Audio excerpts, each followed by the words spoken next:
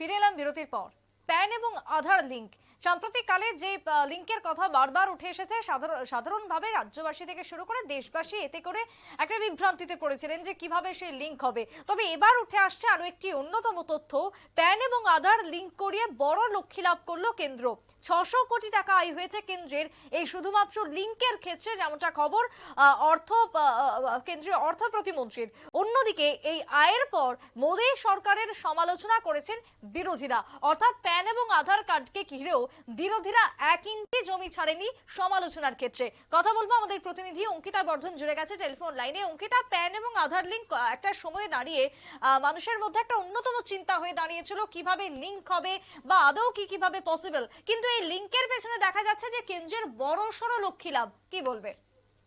একদমই। দেখো, প্যান আধার কার্ডের লিংক নিয়ে আমরা দেখেছি দেশ জুড়ে প্রচার চালিয়েছিল কেন্দ্রীয় সরকার, কিন্তু সাম্প্রতিক যে রিপোর্ট, সেই রিপোর্ট কিন্তু এই মুহূর্তে বলছে যে সরকার সেই প্রচেষ্টার সত্ত্বেও দেশের প্রায় 11 কোটি মানুষ এখনো পর্যন্ত প্যানের সঙ্গে আধারকে যুক্ত করেনি।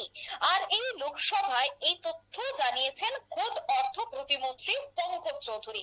পাশাপাশি তিনি এও জানাচ্ছেন যে প্যান আধার লিংক করতে দেরি করায় সরকারের যে লেট ফি, সেই লেট ফি বাবদ এবার 600 কোটি টাকার বেশি জরিমানা আদায় করেছে কেন্দ্র। আসলে প্যান এবং আধার কার্ড লিংক, আর সেই লিংক করার শেষ সময় কিন্তু ছিল 30 জুন 2023 পর্যন্ত। আর এই সময়সীমার পরে যারা প্যান এবং আধার কার্ড লিংক করেছেন তাদের ক্ষেত্রে কিন্তু 1000 টাকা করে জরিমানা নেওয়া হচ্ছিল। অর্থমন্ত্রী পঙ্কজ চৌধুরী তিনি যখন লোকসভায় ওনার রিপোর্ট পেশ করেছেন, তখন এক চাঞ্চল্যকর তথ্য উঠে আসে।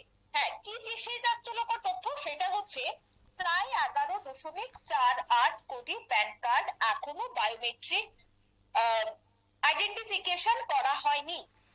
লোকসভায় একটি লিখিত উত্তরে অর্থমন্ত্রী গোটা বিষয় নিয়ে জানাচ্ছেন যে 29 জানুয়ারি 2024 সাল পর্যন্ত আধারের সঙ্গে সংযুক্ত নয় এমন প্যান কার্ডের সংখ্যা রয়েছে 11.48 কোটি।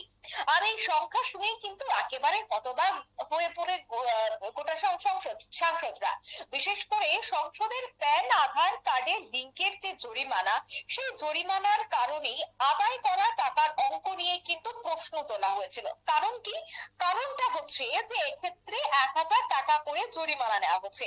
এর উত্তরেই দেখা গেছে যে অর্থ প্রতিমন্ত্রী তিনি জানাচ্ছেন যে 2023 সালের 1 জুলাই থেকে 2024 সালের 31 জানুয়ারি পর্যন্ত যে সমস্ত ব্যক্তিরা একেবারে লেট ফি দিয়ে আধার এবং প্যান কার্ড লিংক করেছেন, তাদের থেকে মোট ফি আদায়ের পরিমাণ কিন্তু 601.97 কোটি টাকা। একটি বড় অঙ্ক, বুঝতেই পারছো সুপ্রীতি। যখন এই অঙ্কের পরিমাণ মন্ত্রী তুলে ধরেছেন, তারপর কিন্তু গোটা বিষয় নিয়ে বিরোধীরাও একাধিক প্রশ্ন করেছে। বিশেষ করে যদি আমি একটু পেছনে যাই, যে 1 জুলাই থেকে কেন বলা হয়েছিল যে নিষ্ক্রিয় করা হবে প্যান কার্ড, সেক্ষেত্রে বলে রাখছি যে বায়োমেট্রিক ভাবে আধারের সঙ্গে প্যানের যে রেজিস্ট্রেশন, সেই রেজিস্ট্রেশন না করালে নিষ্ক্রিয় হয়ে যাচ্ছে প্যান কার্ড।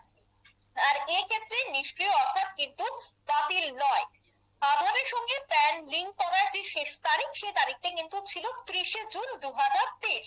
আর আয়কর দপ্তর থেকে গোটা বিষয় নিয়ে জানানো হয়েছিল যে করদাতারা, বিশেষ করে যে করদাতাদের প্যান এবং আধার কার্ড লিংক করা হয়নি, তাদের প্যান কার্ড নিষ্ক্রিয় করে দেওয়া হবে। যদিও পরে জরিমানার পর দেখা গেছে যে আধার এবং প্যান কার্ড লিংক করা সম্ভব হয়েছে, সেক্ষেত্রে 1000 টাকা করে লেট ফি দিতে হয়েছে পুনরায় অ্যাক্টিভ করার জন্য। অর্থাৎ আজ যখন কেন্দ্রীয় প্রতিমন্ত্রী ওনার যে রিপোর্ট, সেই রিপোর্ট যখন পেশ করেছেন, তখন বিরোধীরা একাধিক প্রশ্ন করেছিলেন। বিরোধীদের প্রশ্ন ছিল যে মোট কত টাকা সেই বিষয়ে আয় করেছিল কেন্দ্র এবং সেই টাকার কি হয়েছে। তখন কিন্তু কেন্দ্রীয় প্রতিমন্ত্রী গোটা বিষয়টি নিয়ে খোলাসা করেছেন এবং বিস্তর একটি রিপোর্ট তুলে ধরেছেন। একদমই ধন্যবাদ অঙ্কিতা। আমরা কথা বলছিলাম আমাদের প্রতিনিধির সঙ্গে। তবে কেন্দ্রের যে রিপোর্ট, সেই রিপোর্ট অনুযায়ী দেখা যাচ্ছে যে প্রায় 600 কোটি টাকা আয় হয়েছে কেন্দ্রীয় সরকারের আধার এবং প্যান শুধুমাত্র লিংকের মধ্য দিয়ে। ছোট্ট বিরতির পর ফিরছি, সঙ্গে থাকুন।